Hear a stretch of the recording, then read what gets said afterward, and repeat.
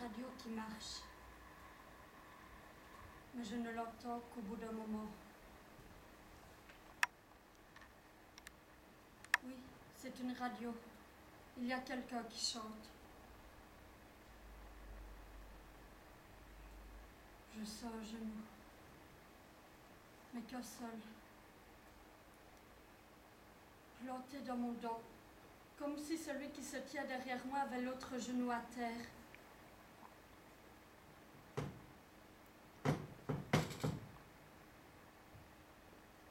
Avec ses mains, il prend les miennes. Il me les tord.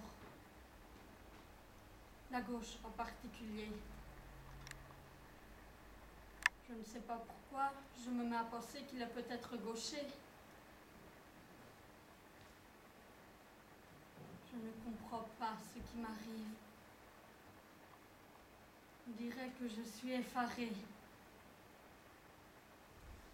Comme lorsque l'on va perdre la tête, la voix, la parole. C'est avec une incroyable lenteur que je prends conscience des choses. Oh bon Dieu! Quelle confusion! Mais comment suis-je montée dans cette camionnette?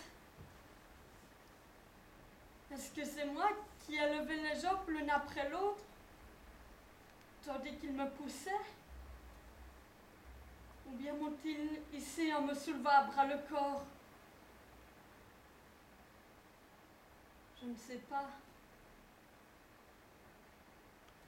J'en sais rien, c'est mon cœur battant si fort contre mes côtes qui m'empêche de raisonner. La douleur à la main gauche qui devient vraiment insupportable. Pourquoi me la torde-t-il à ce point? Je ne tente pas le moindre mouvement. On dirait que je suis gelée. Je ne bouge pas. Je ne hurle pas.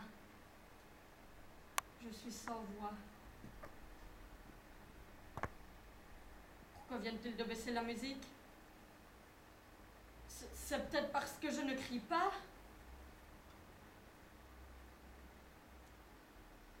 En plus de celui qui me tient, il y en a 3. Je les regarde, mais il n'y a pas beaucoup de lumière. Ils sont calmes. Je le sens. Très assuré.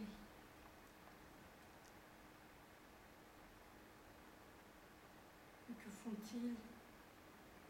Ils allument une cigarette? Maintenant? Mais pourquoi me tiennent-ils comme cela pour fumer? Il va se passer quelque chose. Je le sens. Je respire à fond, 2, 3 fois. Non, rien ne s'éclaircit. Maintenant, l'un s'approche de moi. Un autre s'assied à ma droite et le dernier à gauche. Je vois le rouge de leur cigarette.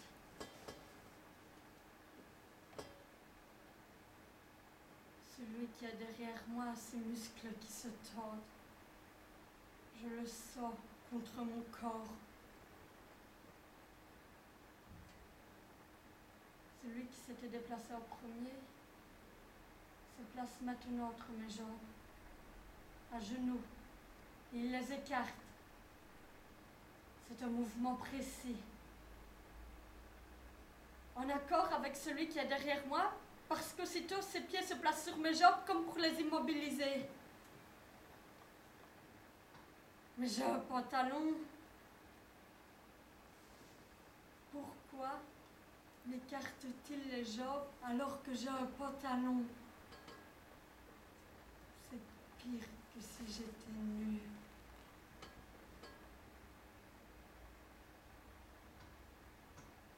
Mais quelque chose que je n'identifie pas me distrait de cette sensation.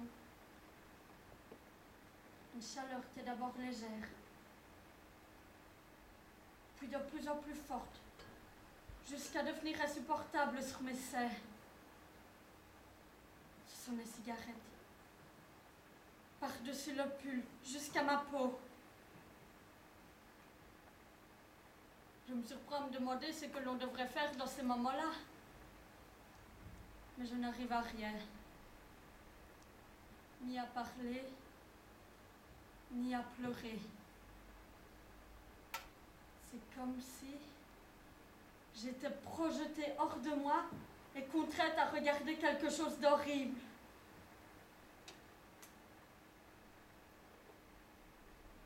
Avec une lame de rasoir, il coupe mon pull. Il coupe aussi mon soutien-gorge. Ils entaillent superficiellement ma peau. L'expertise médicale mesurera 21 cm.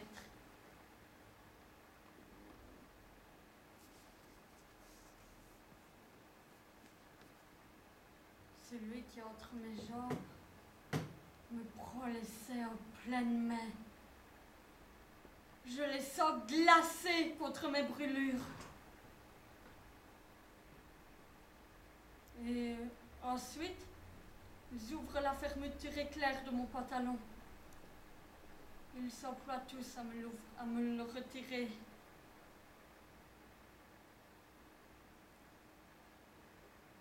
Celui qui est entre mes jambes, maintenant me pénètre.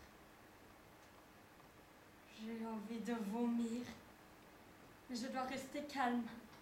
Calme. Je ne veux pas sortir de la confusion dans laquelle je me trouve. Je ne veux pas comprendre. Je ne connais aucun mot, aucune langue. Je ne veux pas sortir de là. Une autre cigarette. Bouge, putain. Je suis de pierre.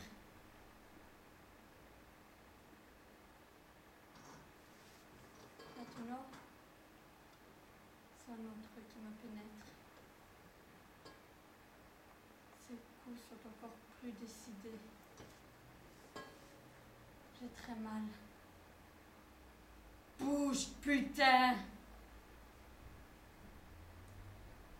La lame de rasoir qui avait servi à couper le pull passe plusieurs fois sur mon visage, mais je ne sens pas si cela me coupe.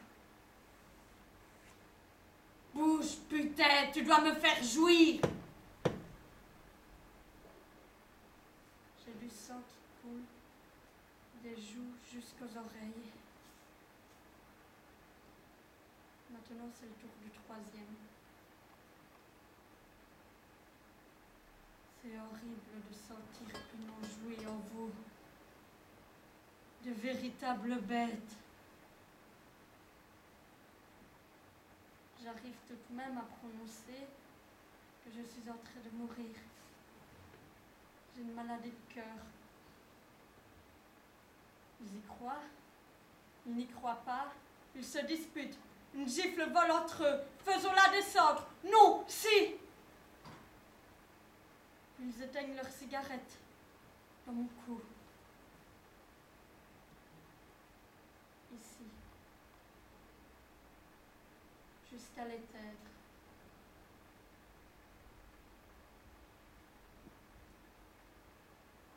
Je me retrouve dans la rue.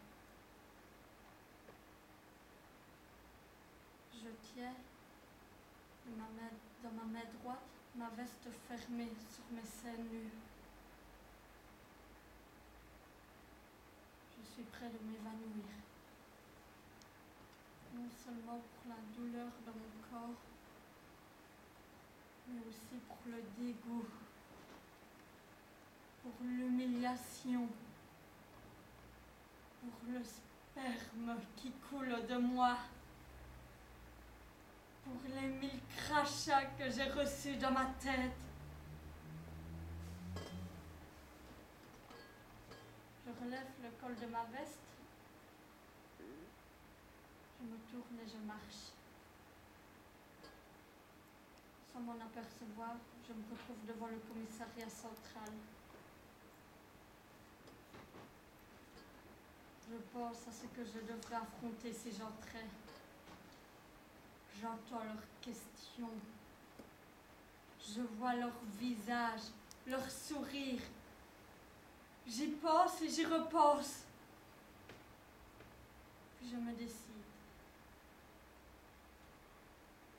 Je rentre chez moi. Demain, je les dénoncerai.